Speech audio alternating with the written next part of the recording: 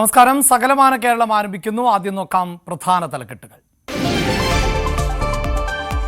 അതിരപ്പള്ളി കണ്ണംകുഴിയിൽ ഒറ്റയാന്റെ ആക്രമണം.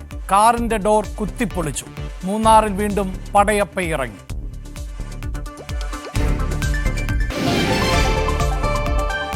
തകർച്ചയുടെ വക്കിൽ Mayyanad panchayat shopping complex. Concrete പാളികൾ അടർന്നു വീഴുന്നു. ചുമരുകൾക്കും ബലക്ഷയം. ഇടുക്കി പാമ്പാടുംപാറയിലെ റേഷൻ കട അടച്ചുപൂട്ടാൻ നീക്കം. പ്രതിഷേധവുമായി പത്തിനിപ്പാറയിലെ തൊഴിലാളികൾ. റേഷൻ കട പൂട്ടിയാൽ ദുരിതം ഇരട്ടിയാകുമെന്ന് പ്രദേശവാസികൾ. പുനലൂരിൽ ഉറക്കം കെടുത്തിയ അജ്ഞാതൻ. മുഖംമൂടിധാരിയെ പിടികൂടാൻ ഉറക്കമിളച്ച് നാട്ടുകാർ. പോലീസ് നിഷ്ക്രിയമെന്നും പ്രദേശവാസികൾ.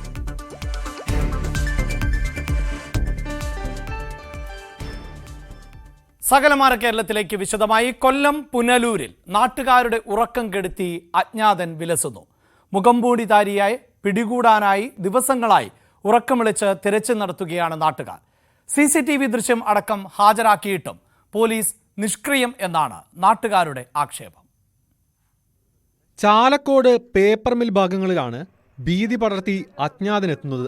രാത്രി വീടുകളുടെ വാതിലിൽ മുട്ടുകയും കോളിംഗ് ബെൽ അടിക്കുകയും ചെയ്യുന്നതായി നാട്ടുകാർ പറയുന്നു. പ്രദേശത്തെ CCTV ക്യാമറകളിൽ ഇയാളുടെ ദൃശ്യം പതിഞ്ഞിട്ടുണ്ട്. മുഖം മൂടിക്കൊണ്ടാണ് സഞ്ചാരം.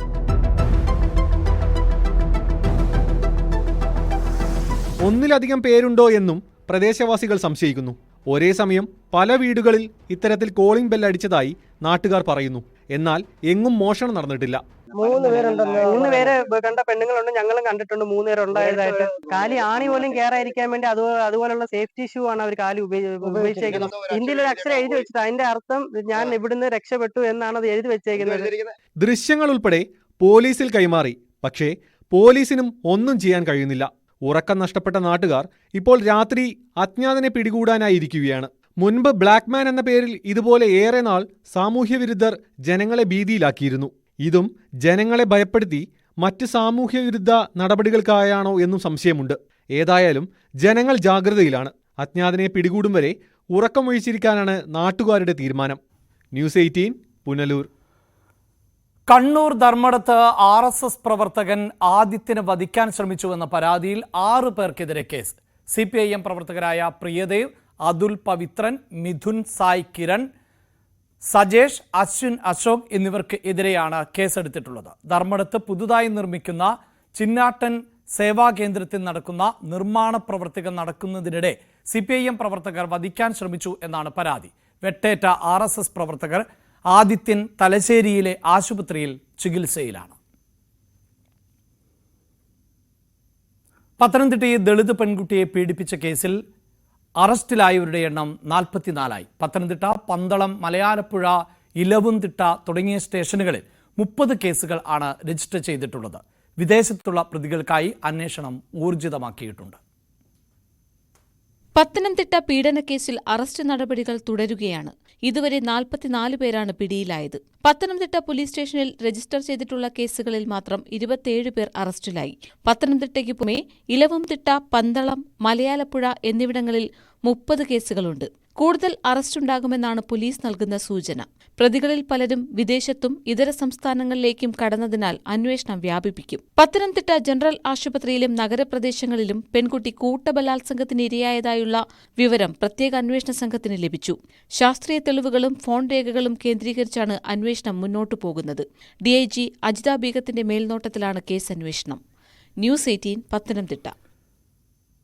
തിരുവനന്തപുരം നെയ്യാറ്റിൻകരയിലെ വിവാദ സമാധി സ്ഥലം പൊളിച്ച് പരിശോധിക്കുന്നതിൽ തിടുക്കം വേണ്ട എന്ന നിലപാടിൽ ജില്ലാ ഭരണകൂടം.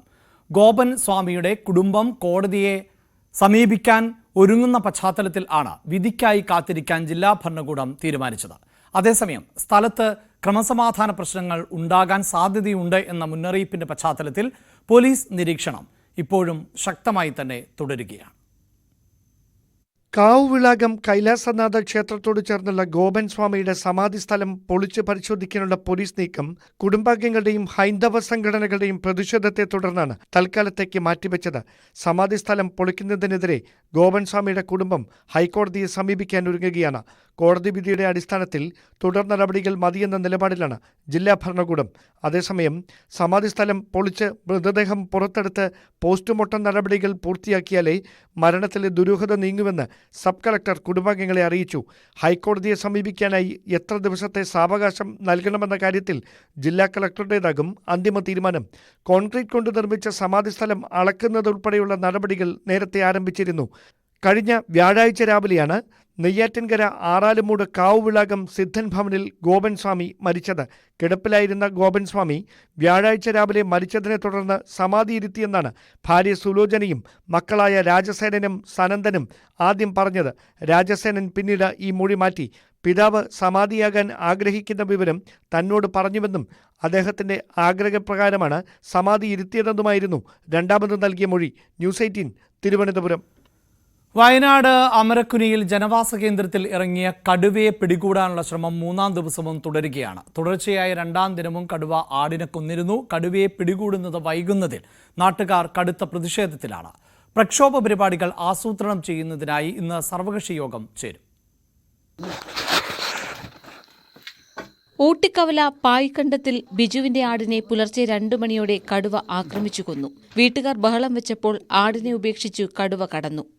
ഞാൻ രാത്രി നോക്കുമ്പോൾ ഒരു ഒച്ച കേട്ടായിരുന്നേ. നോക്കിയപ്പോൾ ജനല് തുറന്ന് നോക്കിയപ്പം ഈ കൂട് കിടന്ന പടയ്ക്ക് ഒച്ച കേട്ടു. നോക്കിയപ്പോൾ ഉണ്ട് കൂട്ടിന്ന് ഇവിടുന്ന് കടുവ ഇതിനെ പിടിച്ച് തള്ളേനെ കൊന്നേച്ച് ഇങ്ങോട്ട് മാറിപ്പോവുക, ഇങ്ങോട്ട് ഇറങ്ങി പോവുക. വനം വകുപ്പിന്റെ പരിശോധനയിൽ സമീപത്തെ കാപ്പിത്തോട്ടത്തിൽ കടുവയുടെ സാന്നിധ്യം സ്ഥിരീകരിച്ചു. സാഹചര്യം അനുകൂലമായാൽ മയക്കുവെടി വയ്ക്കും. നമ്മളിവിടെ ക്യാമ്പ് സെറ്റ് ചെയ്തിട്ടുണ്ട്. നമ്മുടെ ജീവനക്കാർ 24 മണിക്കൂറും ഇവിടെയുണ്ട്. ഡോക്ടർ അരുൺ സക്കറിയുടെ ടീമും ഇവിടെ ക്യാമ്പ് ചെയ്യാനുള്ള എല്ലാ ഏർപ്പാടും ചെയ്തിട്ടുണ്ട്. ഏതായാലും രാത്രിയും പകലോ വ്യത്യാസമില്ലാതെ ഈ കടുവയെ മയക്കുവെടി വെച്ച് പിടികൂടുന്നതിനുള്ള എല്ലാ നടപടികളും നമ്മൾ സ്വീകരിക്കും. കടുവയെ പിടിക്കാൻ വൈകുന്നതിനെതിരെ നാട്ടുകാർ ചേരിതിരിഞ്ഞ് രംഗത്തെത്തി. ഇതോടെ പ്രദേശത്ത് നേരിയ സംഘർഷവുമുണ്ടായി.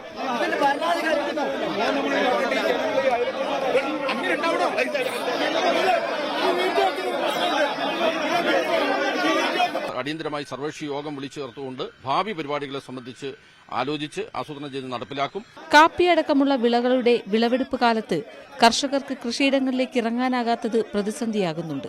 ഈ പ്രദേശത്തെ ജനങ്ങൾ വളരെ ഭയപ്പാടിലാണ്. കാരണം 8 ദിവസം കൊണ്ട് 4 ആടിനെയാണ് പിടിച്ചേക്കുന്നത്.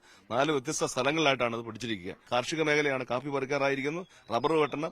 ഇതിനൊന്നും ആൾക്കാർക്ക് ഭയമില്ലാതെ ഇറങ്ങാൻ വേണ്ടി പറ്റുന്നില്ല. കൃഷിയിടത്തിൽ പണിയെടുക്കാൻ പറ്റാത്ത അവസ്ഥ. മൊത്തത്തില് ജീവിതം ഒരു പ്രതിസന്ധി ഘട്ടത്തിലാണ് ഇപ്പോൾ ഇവിടെ ഈ ഗ്രാമത്തിലുള്ളത്. അപ്പൊ ഇതെല്ലാം മാറ്റി കിട്ടാൻ വേണ്ടി വനം വകുപ്പ് എത്രയും പെട്ടെന്ന് ഇതിനെ വെടിവെച്ച് മാറ്റണം എന്നാണ് ഞങ്ങൾക്ക് പറയാനുള്ളത്. കർണാടകത്തിലെ ബന്ദിപ്പൂർ വനമേഖലയിൽ നിന്നും എത്തിയ കടുവയുടെ ആരോഗ്യനില മെച്ചപ്പെട്ടതല്ലെന്നാണ് വിലയിരുത്തൽ. ഇര പിടിക്കാനുള്ള ശേഷി കുറവായതുകൊണ്ടാണ് ആടുകളെ മാത്രം ലക്ഷ്യമിടുന്നതെന്നും വനംവകുപ്പ് ഉദ്യോഗസ്ഥർ പറയുന്നു. ന്യൂസ് 18 വയനാട്. തൃശൂർ ആതിരപ്പള്ളി കണ്ണംകുഴിയിൽ ഒറ്റയാന്റെ ആക്രമണം. കണ്ണംകുഴി സ്വദേശി അനിലിന്റെ കാർ കാട്ടാൻ ആക്രമിച്ചു. ആക്രമണത്തിൽ കാറിന്റെ ഡോർ പൊളിഞ്ഞു.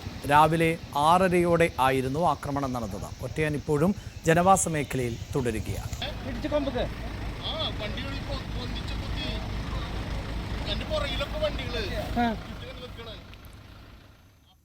അതേസമയം മൂന്നാറിൽ വീണ്ടും പടയപ്പ് ഇറങ്ങി. കന്നിമല ടോപ്പ് ഡിവിഷനിൽ ആണ് കാട്ടാന ഇറങ്ങിയത്. മേഖലയിലെ കൃഷിയിടങ്ങളിൽ ആന വലിയ നാശം ആണ് വിതച്ചത്. ദിവസങ്ങളായി മൂന്നാറിലെ വിവിധ മേഖലകളിൽ പടയപ്പ പതിവായി ഇറങ്ങുന്നുണ്ട്. നിലവിൽ ആന കാട്ടിലേക്ക് മടങ്ങി എങ്കിലും രാത്രി സമയങ്ങളിൽ വീണ്ടും ഇറങ്ങും എന്ന ആശങ്കയിൽ ആണ് നാട്ടുകാർ.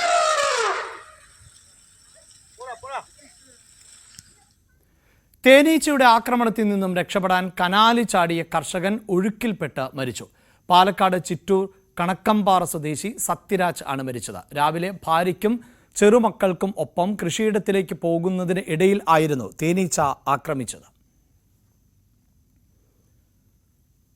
കോഴിക്കോട് അഴിയൂരിൽ സംയുക്ത സമരസമിതി ആഹ്വാനം ചെയ്ത ഹർത്താൽ പൂർണ്ണമാണ്. കടകമ്പോളങ്ങൾ അടഞ്ഞുകിടക്കുകയാണ്.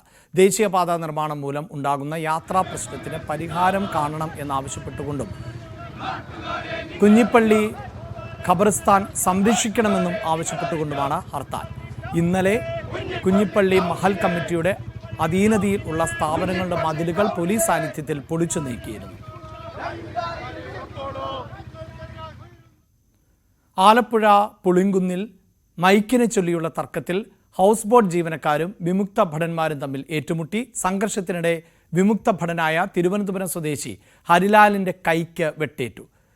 സംഘത്തിൽ ഉണ്ടായിരുന്ന ഉണ്ണി എന്ന ആൾക്കും പരിക്കേറ്റിട്ടുണ്ട്. ഇന്നലെ രാത്രി ഫോർസൈറ്റ് എന്ന ബോട്ടിൽ ആണ് സംഘർഷം ഉണ്ടായത്. ബോട്ടിലെ ജീവനക്കാർ അടക്കം കണ്ടാൽ അറിയാവുന്ന 10 പേർക്കെതിരെ പുളിങ്കുന്ന് പോലീസ് വധശ്രമം ഉൾപ്പെടെയുള്ള വകുപ്പുകൾ ചുമത്തി കേസ് എടുത്തിട്ടുണ്ട്. ആകെയുള്ള ആശ്രയമായ റേഷൻ കട അടച്ചുപൂട്ടാനുള്ള നീക്കത്തിനെതിരെ പ്രതിഷേധത്തിൽ ആണ് ഇടുക്കി പാമ്പാടുംപാറ പത്തിനപ്പറയിലെ തൊഴിലാളികൾ.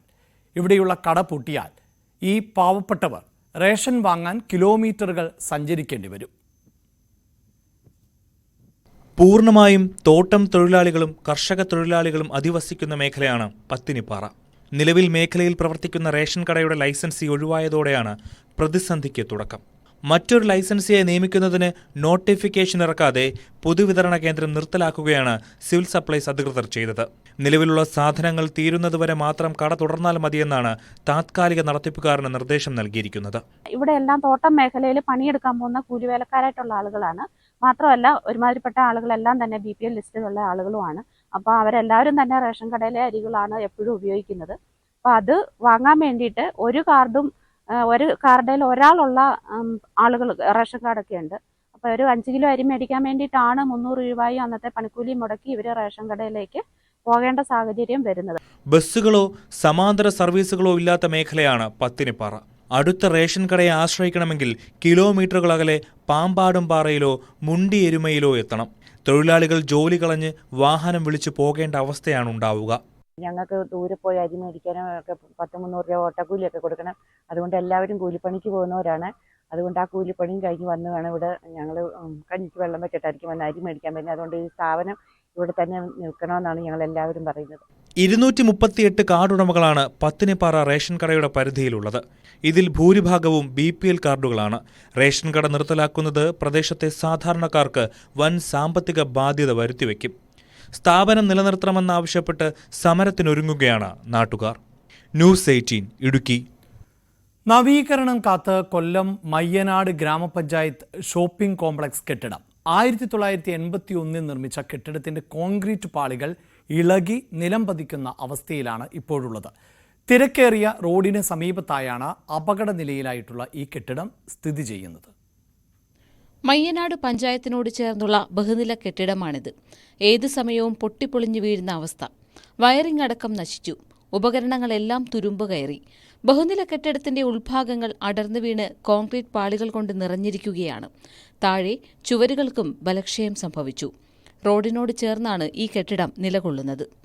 വയനാട് പഞ്ചായത്തിന്റെ തീരാശാപമാണ് 1981 പണികഴിപ്പിച്ച ഈ ഷോപ്പിംഗ് കോംപ്ലക്സ്. കാലാകാലങ്ങളായി ഇത് നോക്കുവാൻ ആളില്ലാത്തത് കൊണ്ടും മെയിൻ്റനൻസ് ചെയ്യാത്തതും കൊണ്ടാണ് ഇത് ഇങ്ങനെ സംഭവിച്ചത്. ഇത് മൊത്തം ഇടിഞ്ഞു പൊളിഞ്ഞിരിക്കുക. മുകളിൽ കൂടെ ആരെങ്കിലും നടന്നു പോയാൽ താഴെ മറിഞ്ഞ് വീഴുന്ന ഒരവസ്ഥ. എത്രയും പെട്ടെന്ന് ഈ ബിൽഡിംഗ് ഇടിച്ചു പൊളിച്ച് ചെയ്യണം. അല്ലെങ്കിൽ ദൂരവ്യാപകമല്ലാതെ അടുത്ത വർഷകാലമാകുമ്പോഴത്തേക്ക് ഇത് നിലംപതിക്കും എന്നുള്ള കാര്യത്തിൽ യാതൊരു സംശയവും വേണ്ട. പഞ്ചായത്ത് ഭരണസമിതി ഇടപെട്ട് കെട്ടിടം പുതുക്കിപ്പണിയണമെന്ന ആവശ്യമുയർന്നിട്ട് ഏറെ നാളായി. ഷോപ്പിംഗ് കോംപ്ലക്സിനോട് ചേർന്നുള്ള പഞ്ചായത്ത് കെട്ടിടവും പൊട്ടിപ്പൊളിഞ്ഞ നിലയിലാണ്. നിലവിലെ അപകടകരമായ കെട്ടിടത്തിൽ പ്രവർത്തിക്കുന്ന ചില വ്യാപാര സ്ഥാപനങ്ങൾ ഒഴിഞ്ഞുപോകാത്തതാണ് നിർമ്മാണത്തിന് തടസ്സമെന്നാണ് പഞ്ചായത്ത് അധികൃതരുടെ വിശദീകരണം. ന്യൂസ് 18 കൊല്ലം. പുണ്യജ്യോതി ദർശിക്കാൻ ആയിരങ്ങൾ. സംക്രമസന്ധ്യ നിങ്ങൾക്കായി സമർപ്പിക്കുന്നത് മിൽമാഗി. വ്രതശുദ്ധിയുടെയും നന്മയുടെയും നാളുകൾ പരിശുദ്ധമാക്കാം മിൽമയ്ക്കൊപ്പം. And BLM. Bharat Lajna multi state housing cooperative society limited, Kerala, Tamil Nadu and Pondicherry. ഭക്തലക്ഷങ്ങൾക്ക് നിർവൃതിയേക്കാൻ ശബരിമല മകരവിളക്ക് ഇന്ന് വൈകുന്നേരം 6:30 ദീപാരാധനയ്ക്ക് ശേഷം പൊന്നമ്പലമെട്ടിൽ മകരവിളക്ക് തെളിയിക്കും. നിയന്ത്രണം തുടരുന്നതിന് ഇടയിലും ലക്ഷക്കണക്കിന് ഭക്തർ ആണ് സന്നിധാനത്ത് വിവിധ വ്യൂ പോയിന്റുകളിൽ തടിച്ചുകൂടിയിട്ടുള്ളത്. കാത്തിരുന്ന നിമിഷങ്ങളിലേക്ക് ശബരിമല സന്നിധാനം പതുക്കെ അടുക്കുകയാണ്. തിരുവാഭരണ ഘോഷയാത്ര സന്നിധാനം ലക്ഷ്യമാക്കി കാനനപാത വഴി യാത്ര തുടരുന്നു. വൈകുന്നേരം 5:30 ദേവസ്വം ബോർഡ് യാത്രയെ ആചാരപരമായി സ്വീകരിക്കും. 6:30 തിരുവാഭരണം ചാർത്തി ദീപാരാധന. തുടർന്ന് പൊന്നമ്പലമേട്ടിൽ മകരവിളക്ക്. രാവിലെ 8:45 മകരസംക്രമ പൂജയോടെയാണ് ഇന്നത്തെ പ്രധാന ചടങ്ങുകൾ തുടങ്ങിയത്.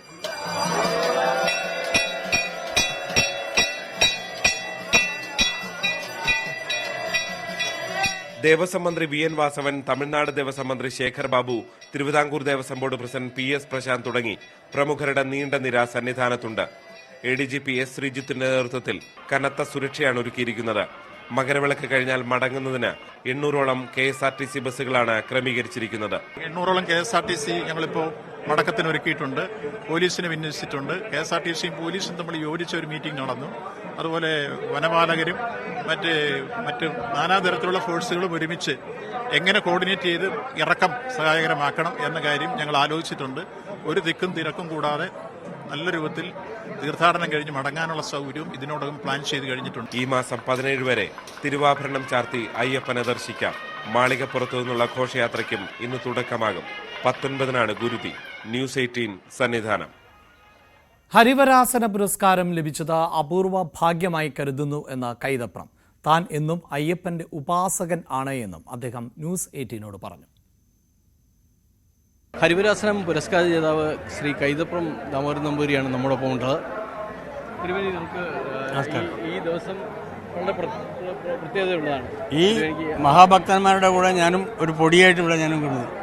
ശരിക്കും ഇങ്ങനൊരു പുരസ്കാരം ഏറ്റവും അനുയോജ്യനായ ഒരാൾക്കാണ് ഇത്തവണ കിട്ടിയിരിക്കുന്നത്. ഒരു പക്ഷേ അയ്യപ്പന്റെ തീരുമാനമാണ്.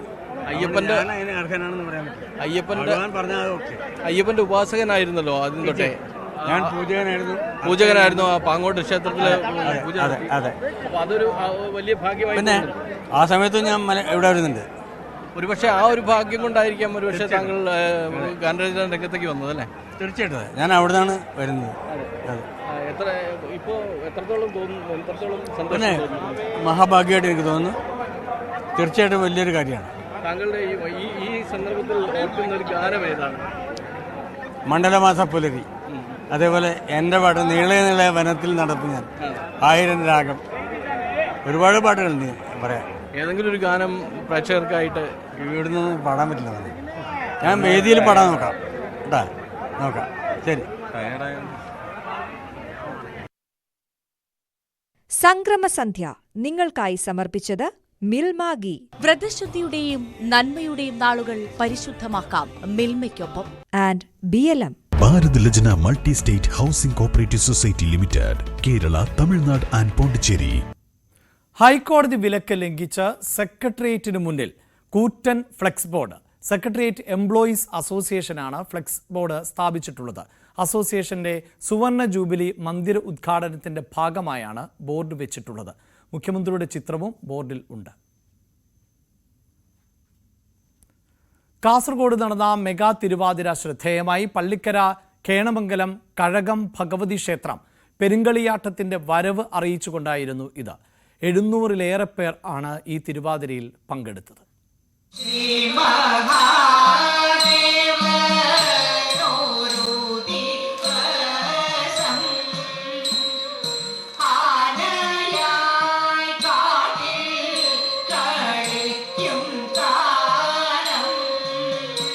പള്ളിക്കര കേണമംഗലം കഴകം ഭഗവതി ക്ഷേത്രം പെരുങ്കളിയാട്ടത്തിന്റെ വരവറിയിച്ചാണ് മെഗാ തിരുവാതിര അരങ്ങേറിയത്. മാർച്ച് 4 മുതൽ 9 വരെയാണ് പെരുങ്കളിയാട്ടം. 7 വയസ്സ് മുതൽ 70 വയസ്സ് വരെയുള്ളവർ മെഗാ തിരുവാതിരയിൽ ചുവടുവെച്ചു. കണ്ണൂർ, കാസർഗോഡ് ജില്ലകളിൽ നിന്നായി 750-ലധികം പേർ പങ്കെടുത്തു.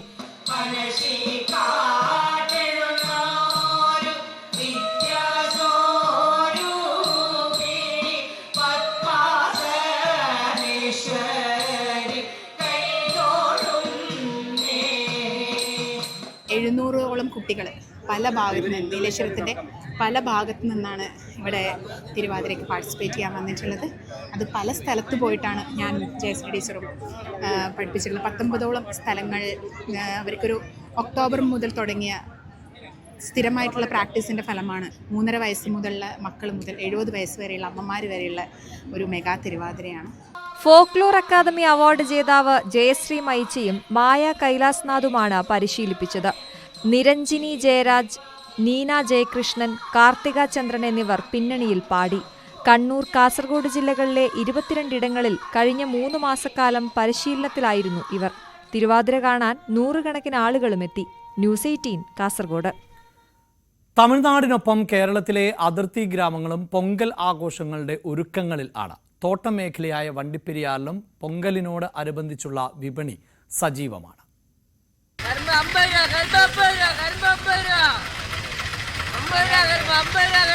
തമിഴ്നാടിന്റെ ദേശീയോത്സവമായ പൊങ്കൽ കേരളത്തിലെ അതിർത്തി ജില്ലകളിലും വലിയ ആഘോഷമാണ്. ഇടുക്കി ജില്ലയിൽ തമിഴ് വംശജർ അധികമുള്ള ദേവികുളം, ഉടുമ്പൻചോല, പീരുമേട് താലൂക്കുകളിലാണ് പൊങ്കൽ ആഘോഷങ്ങൾ നടക്കുന്നത്. പൊങ്കൽ ആഘോഷങ്ങൾക്കായി ഗ്രാമീണ വിപണികളും ആഴ്ചകൾക്ക് മുന്നേ സജീവമായിരുന്നു. പൊങ്കൽ ആഘോഷങ്ങളിൽ ഉപയോഗിക്കുന്ന പ്രധാന ഇനമാണ് കരിമ്പ്. തമിഴ്നാട്ടിൽ നിന്നും എത്തിക്കുന്ന കരിമ്പിന് 50 രൂപ മുതലാണ് വ്യാപാരികൾ വില ഈടാക്കുന്നത്. തമിഴ്നാട്ടിൽ നിന്നാണ് കരിമ്പ് വരുന്നത്. 50 രൂപ 60 രൂപ വെച്ചാണ് വിൽക്കുന്ന കച്ചവടം ഇങ്ങനെ ചെറുതായിട്ട് വരുന്നുണ്ട്. തമിഴ് മാസമായ മാർഗഴിയുടെ അവസാന ദിവസം തുടങ്ങി തൈമാസം 3-ാം തീയതി വരെയാണ് പൊങ്കൽ ആഘോഷങ്ങൾ നടക്കുന്നത്. ഓരോ ദിവസങ്ങളിലുമായി ബന്ധപ്പെട്ട് വ്യത്യസ്ത വിശ്വാസങ്ങളും ചടങ്ങുകളുമാണ് നിലനിൽക്കുന്നത്. പ്രധാന ആഘോഷമായ തൈപ്പൊങ്കൽ മകരമാസം 1-ാം തീയതിയാണ് നടക്കുക. മലർപ്പൊടിയും മധുര പലഹാരങ്ങളും പൊങ്കലിന് പ്രധാനമാണ്. തൈപ്പൊങ്കൽ, മാട്ടുപൊങ്കൽ, കാണം പൊങ്കൽ എന്നിങ്ങനെയാണ് പൊങ്കലിന്റെ ആഘോഷക്രമങ്ങൾ. ന്യൂസ് 18 ഇടുക്കി. പൊങ്കലിന്റെ വിപണി സജീവം ആകുമ്പോൾ ആഘോഷങ്ങളുടെ പ്രധാന ഘടകം നേരത്തെ സൂചിപ്പിച്ചതുപോലെ തന്നെ കരിമ്പാണ്. പൊങ്കൽ മാത്രം ലക്ഷ്യമിട്ട് കരിമ്പ് കൃഷി ചെയ്യുന്ന കർഷകരും ഏറെയാണ് തമിഴ്നാട്ടിൽ. റേഷൻ കടകൾ വഴി കുറഞ്ഞ നിരക്കിൽ കരിമ്പ് ലഭ്യവുമാണ്.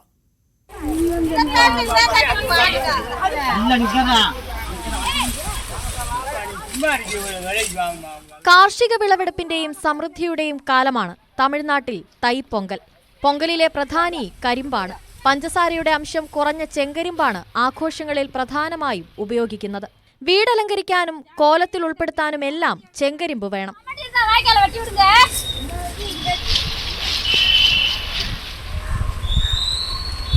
കരിമ്പ്, മഞ്ഞൾ, ധാന്യങ്ങൾ എന്നിവ വച്ചാണ് പൂജകൾ നടത്തുന്നത്.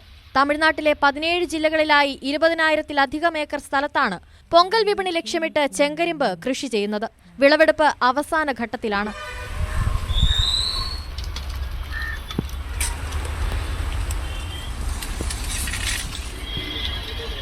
മാർച്ച്, ഏപ്രിൽ മാസങ്ങളിലാണ് ചെങ്കരിമ്പ് കൃഷി തുടങ്ങുന്നത്. മൂപ്പ് കുറവായതിനാൽ 10 മാസം കൊണ്ട് വിളവെടുക്കാം. 1 ഏക്കർ സ്ഥലത്ത് കൃഷി ചെയ്യാൻ 2.5 ലക്ഷത്തോളം രൂപ ചെലവാകും. വലിപ്പത്തിനനുസരിച്ച് 10-15 എണ്ണം വീതമുള്ള കെട്ടുകളാക്കിയാണ് വിൽപ്പന.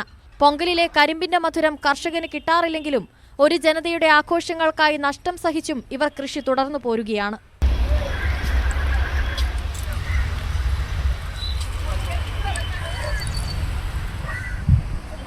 തേനി ജില്ലയിൽ ചെന്നമന്നൂരിന് പുറമെ കോട്ടൂരിലും ചെങ്കരിമ്പ് കൃഷിയുണ്ട്.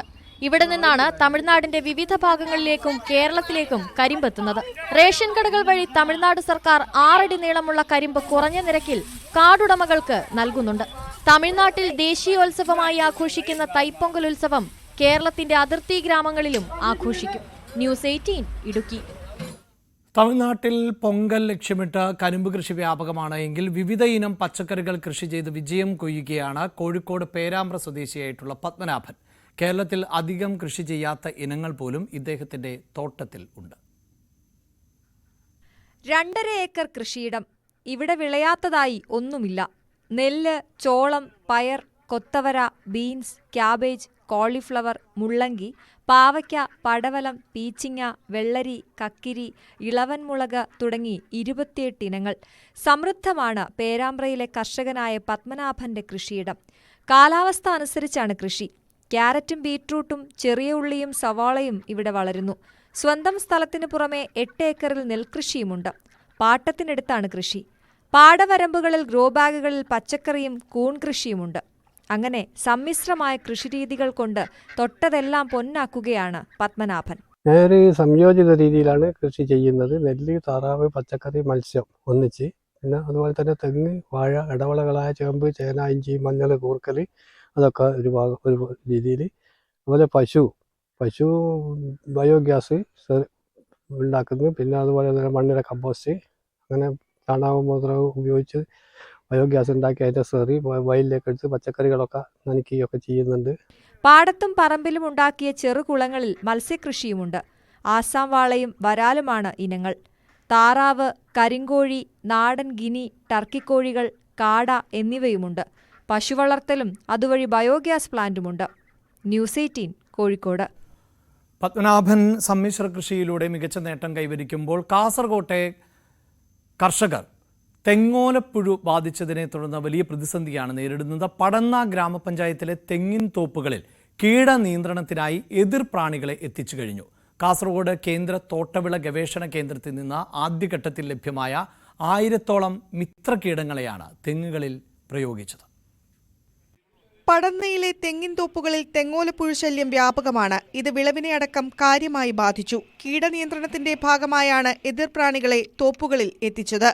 പുഴുക്കളിൽ മുട്ടയിട്ട് വംശവർദ്ധനവ് നടത്തി തെങ്ങോലപ്പുഴുവിന്റെ ലാർവകളെ നശിപ്പിച്ച് ആക്രമണത്തിന്റെ തീവ്രത കുറച്ചുകൊണ്ടുവരികയാണ് ലക്ഷ്യം. ഇവ തെങ്ങോലപ്പുഴുക്കളെ പരാതീകരിച്ച് നശിപ്പിക്കും. 40 മുതൽ 60 ദിവസത്തിനിടെ ഇവ പെരുകി കൂടുതൽ തെങ്ങുകളിലേക്ക് പടരും.